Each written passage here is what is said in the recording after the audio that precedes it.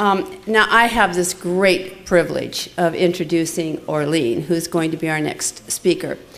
Orlean has, I know all of you know her, obviously, and all of her bio is, in fact, all of the speakers are in that, the sheet that you have in your folder.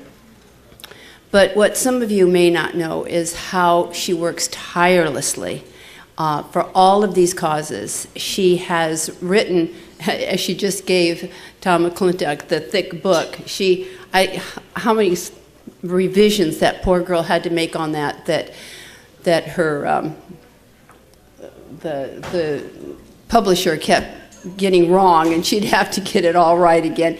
But it's not just that. She is constantly looking at everything. She's open to everything that people have to say to her. She works tirelessly on these conventions, these conferences, and I don't think she probably got maybe 2 hours sleep last night or the night before, and she still is going to get up here and give a wonderful talk. But I just want each one of you to know that belonging to Eagle Forum, with Phyllis Schlafly as our head, and with Orlean as our California president, you are going to be receiving some incredibly good information. And not just that, but I know many of the speakers have had to give some very doom and gloom information for us. And you're probably feeling just a little bit like, I don't know if I really want to come and hear all of this. But this afternoon's panel is going to give us some hope and some things that we can do. I always hate to get bad news if there's nothing I can do about it. But that's what Eagle Forum's all about. It's about doing things. Phyllis Schlafly was the first one that utilized people to, all of us together, maybe one voice, but what was that Dr. Seuss character, that when a lot of voices finally are able to make a difference. And that's why we're together here, to get the right message and then to learn how best to deliver the message. So I hope you will give a wonderful welcome to Orlean.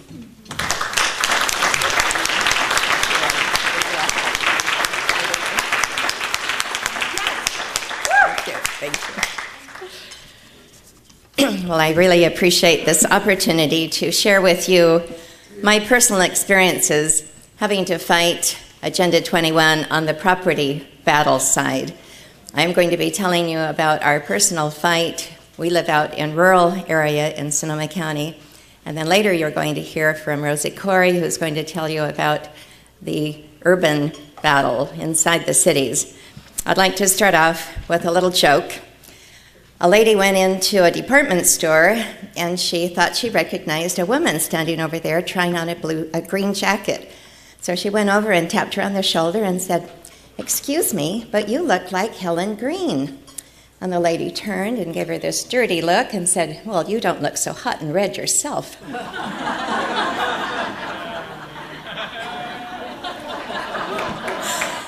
Usually takes a while for that one to catch on. The reason I tell you this is because, well, 3 reasons. It's funny, and boy, do we need a good laugh when you've been hearing so much of this. It's very serious information. Secondly, words don't always mean the same thing to different people. And thirdly, for those of us who have been fighting this battle for our property rights, the word green truly has a different connotation. It has become a swear word. It has truly made our lives a hell on earth. And so I'm going to share that with you. First of all, I'm going to tell you 5 things. I'm going to let you know what life was like before Agenda 21, what life was like growing up on a wonderful potato farm in Idaho where we lived. I'm going to tell you what we then had to go through fighting this battle in Sonoma County. I'm going to tell you what the words are now that they are using, the buzzwords. And as you know, this is a whole new language for any of you who have been out there, words that we've never understood before. I'm going to tell you what the ultimate goal of Agenda 21 is on rural lands and what we can possibly do to fight this. And I'm going to try to do this in about 10 minutes to make up for lost time. we wanted to give plenty of time to our congressman. Okay, my father in 1942 started his wonderful farm in Idaho. And he was able to get it for 25 cents an acre from the government because they considered it wasteland. It was covered with sagebrush and lava rock and lots of jackrabbits. Through the years, all of us, unfortunately, he had no sons, but 3 daughters, and he called us his farmerettes. We would go out and we would help him as much as we possibly could. We would help lug away the stones and lug away, pull up the weeds, and little by little he was able to get more equipment. At first he was dry farming, which means you only rely on the rain. Later on he was able to run the risk of digging a well, and he discovered this huge underground lake. And then, because of this well, the beautiful farm began to blossom like a rose. That's the importance of water in our lives. After many years, the little trail that he had blazed is now a superhighway. Beyond his farm, many other wonderful, wealthy farms because of water that was discovered. And at the end of his life, our farm was worth $3.7 million. That was the American dream. And he was able to do this because of the free enterprise system, because of the free market system. And the reason was there were no regulations. He didn't have the government breathing down his neck. He was truly free. He was able to do what a farmer would like to do with his own land, his own resources. And that was the American dream. Anyone could come here and do the same. With hard work, they could make success of whatever career they had. Now we fast forward to our present days. If any farmer tried to do such a thing, he'd have to have so many environmental regulations. He'd have to have fees and high costs. And actually, they probably wouldn't even let him start a farm unless it was some big, huge corporate farm. The family farm is just being a far-gone nightmare. Everyone is losing their family farms. It's only the corporate farmers that even exist anymore. So now what happened to us? We live on 8 acres in Sonoma County. We have a creek that runs through our property, and we received a notice in 2006 from a real estate agency. Fortunately, they took it upon themselves to do this. It wasn't coming from any government agency, telling us that there was going to be a hearing for anyone that had a creek on their property, and in this hearing, they were going to be talking about riparian corridors, and what their plan was for us. We would have a 100-foot setback on either side of the creek, where you could not use your land, you could not plow it, you could not do a single thing with it, and yet you get to pay property taxes on it. Isn't that nice? And so, of course, people turned out en masse to these hearings. What they thought would just be a quiet little hearing because of this real estate agency that had the willingness to send out notices. There were 5,000 people that turned up at these hearings. They had to keep extending them over and over again. It outraged farmers and anyone that had a creek, and lots of vineyards. The Kendall Jackson Winery would have had 5,000 acres taken because of all the creeks running through their properties. Well, these people sat there, and that's the first time I even knew we had such things as planning commissioners. I think I must have been living in the dark ages. I still thought this was the American dream. And we listened to them, listening to us, and not even batting an eyelash. The other part of this was you could build a fence, but it had to be a wildlife-friendly fence, 18 inches off the ground and no higher than 4 feet. And one of the men testified and said that would not be a fence, that would be a clothesline. Or it would keep nothing out and nothing in, and what's the purpose of a fence? So what I did, I took it upon myself. The second hearing I went to, I handed out any information to anyone that was on our side. Most of them were. There was one silly girl I remembered who said, "I cannot understand why you people are so upset. Mother Earth is not to be owned by anyone." See, that's how wacky education has become. But most of the people were very upset. And so I organized by handing out these little flyers. I invited them all to a meeting that was held at the Klein Cellars, a wonderful group that donated the wine that was at this private reception last night. They had had their own battles with property rights. So we had a group of about 50 people who came, and we organized a group called the Sonoma County Land Rights Coalition. And at that meeting, I gave each one of them a little booklet put out by Michael Shaw about Agenda 21, because I knew that this is what we were now facing. And so we decided our goal was to start attending every planning commissioner's meeting that we could attend. So we did. We started showing up en masse, and they told us, we've never had an audience before, amazing. And we took notes, and then we'd testify at the Board of Supervisors meetings and let them know how outraged we were. Some of the things they were coming up with, they not only wanted us to have these creek setbacks, they wanted to have a setback on every scenic highway. Well, in Sonoma County, every highway is scenic. So there would be a 100-foot setback on every roadway where farmers could no longer use their land.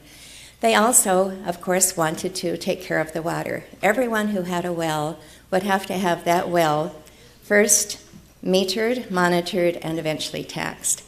Well, when we found out that part, we had mass numbers who turned out for those meetings and frightened them to death. They were ready to come with arms to protect their wells. So they backed down on that one. Our wells, as yet, do not have any meters or monitor, and maybe they knew the smart meter was coming anyway, so who knows. But that is the eventual goal. They want all of our wells to have a smart meter.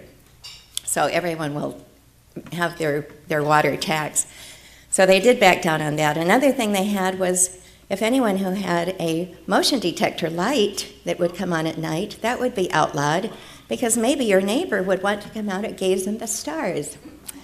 Well, if you find about geoengineering, they're putting this thick haze over our skies anyway, you can't even see the stars.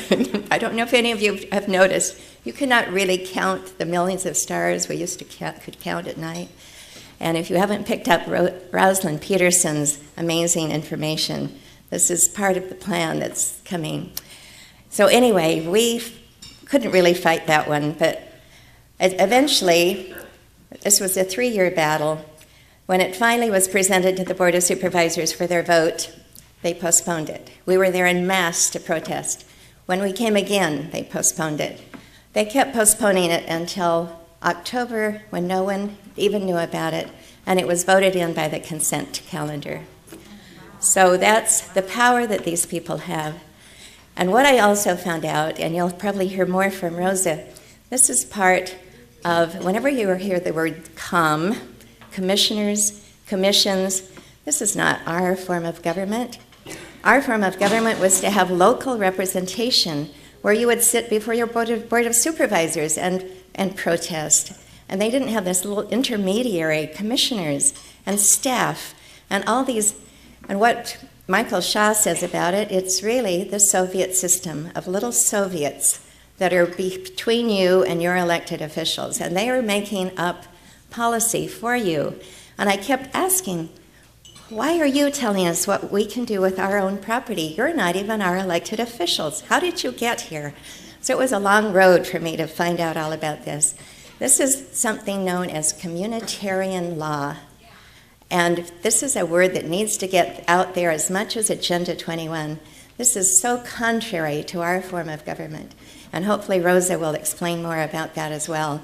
But when you hear that word, communitarian law, a red flag needs to go up. To me, another definition of this is just communism. It is, and you know, the first object of communism is to take away private property rights, and they are having such success in doing that. So the ultimate goal is not only taking away our property rights, but it is absolute control.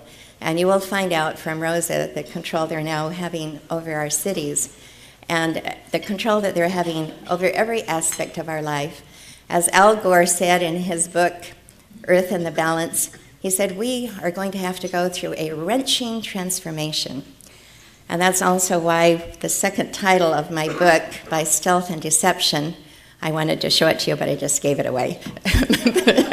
But the second title is USA Transformation. There it is. And that is really part of this goal, is to totally transform our nation and turn us into something that would be equivalent to what is now going on in the European Union. Europe is so far advanced to what we are, and that's their ultimate goal. So what can we possibly do? Become educated like what you are doing here. This is the amazing information that we have received. Hopefully you will get the DVDs so you can pass this on to others. Hopefully you've been taking good notes. Become committed. Knowledge is power only if you use it and pass it on with others. Join with other like-minded groups. We would love for all of you to join Eagle Forum or join the Tea Party groups in your area. Join with other people who are standing up for the Constitution and truly believe in the Constitution. Take the wonderful information from the New American Magazine. As you heard from Bill Jasper, they have been writing about this since he attended this back in 1992. And then please write letters, speak out, let your voice be heard. Keep an eagle eye on your elected officials. I love that word, eagle. You've heard lots of information about eagles. And as you'll see, our little brochure shows not only the eagle, but the bear, keeping an eye on the state capitol building here in California. And start a petition drive. You'll hear what Rosa and Kay were able to do to save their neighborhoods. And then get an initiative on the ballot if needs be. File a lawsuit. You heard from Sheriff Richard Mack last night. To take on the federal government with a lawsuit, is that not incredible? And prepare. We are going to be facing some very difficult times ahead. I recommend every one of you get your own food storage, get a supply of water. I think we are going to be seeing some manufactured famines, and I think you need to be really prepared for some rough times ahead. And lastly, pray. I know that the good Lord wants us to be free. He gave us this great nation so we could keep that freedom. We were to be the beacon light for the rest of the world. Our Constitution was not just given to us. It was to be a guide for all of the world. Our founding fathers were wonderful, inspired men to come up with this amazing Constitution that has protected us and our rights for so long. So we must pray and we must ask the Lord's help in this battle. Thank you so much.